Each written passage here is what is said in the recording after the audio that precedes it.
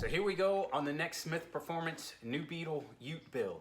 I spent about 4 hours taking out the rear seats, stripping all the interior, taking the hatch off, the two bumpers and the rear fender, rear bumper cover. It all comes off as one piece. It took me a little bit longer than normal because the fasteners were really rusted and I had to actually vice grip some of them. So that's between 4 and 6 hours. The biggest chunk of time in that stage is getting these rear windows out. You can just break them. That's a lot faster, but then you're gonna spend an hour vacuuming up glass and you get glass everywhere. So I didn't want to do that. I used my oscillating tool. That worked out pretty well. There's several techniques. Anyway, I've got it all marked up. Let me rewind. If you're gonna try this, I highly recommend a Bentley's. There's an awful lot of hidden fasteners, and this is the book that will tell you where to find those hidden fasteners, how that rear seat comes out, how that dome light comes down, all that stuff, where the wires are hooked up. Every single wire I unplugged, I learned this on the last one, is now marked. I'm pretty good with VWs. I'm like, oh, I'll recognize those connectors.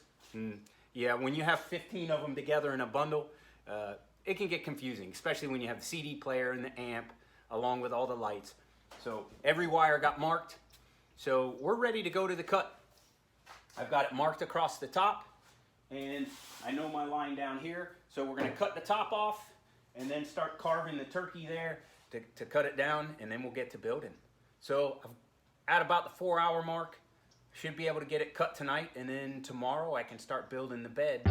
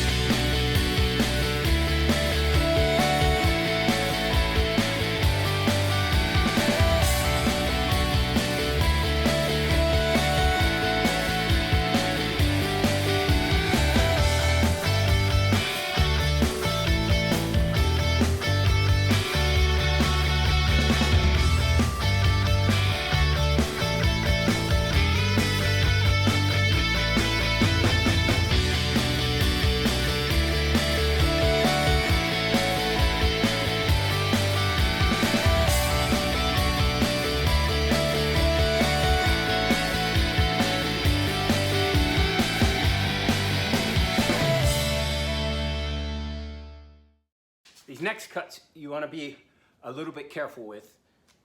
We're going to take this skin off, and all this is skin. Behind here is the B-pillar. We're going to keep that because that's great structure. So you're basically going to take this edge here, come right down, leave a tab about 1 inch up, and you can always go back and cut more off.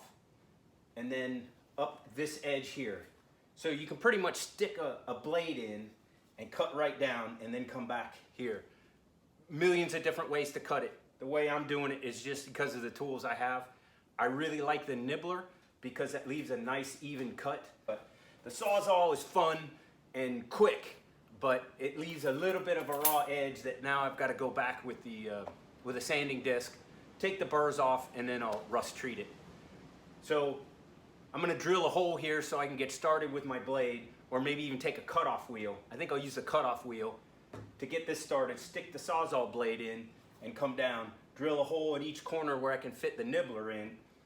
And you want to try not to make a sharp corner. If you can drill it first so it's a rounded corner, that relieves the stress point. You can always go back after you get all your cuts done with a sanding disc and a rotary bit and round out any 90-degree corners or any sharp corners, which is a good idea. That will relieve the stress. So let me get the cutoff wheel and we'll get started here and get the nibbler out and hack this one off.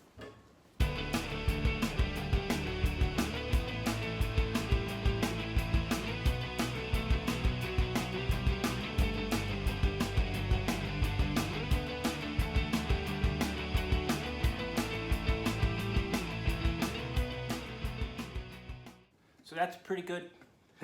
Sorry. That's a pretty good first day. It might take you 2 days. I've already taken one apart and I've already done these cuts once, so I kind of knew where I was going. But it can be done in 1 day. Now I'm going to go back over all those edges and just smooth them out a little bit and just with my air tool, and any 90-degree corners, round them out, and then I'll treat it with some anti-rust, some heavy-duty paint, anti-rust, like Pour 15 type of stuff, and let that cure overnight. And tomorrow I can work that wiring harness and start on putting the aluminum bed together. And we may have an aluminum bed sitting in here by close of business tomorrow. Thanks for watching. Please hang up and try again.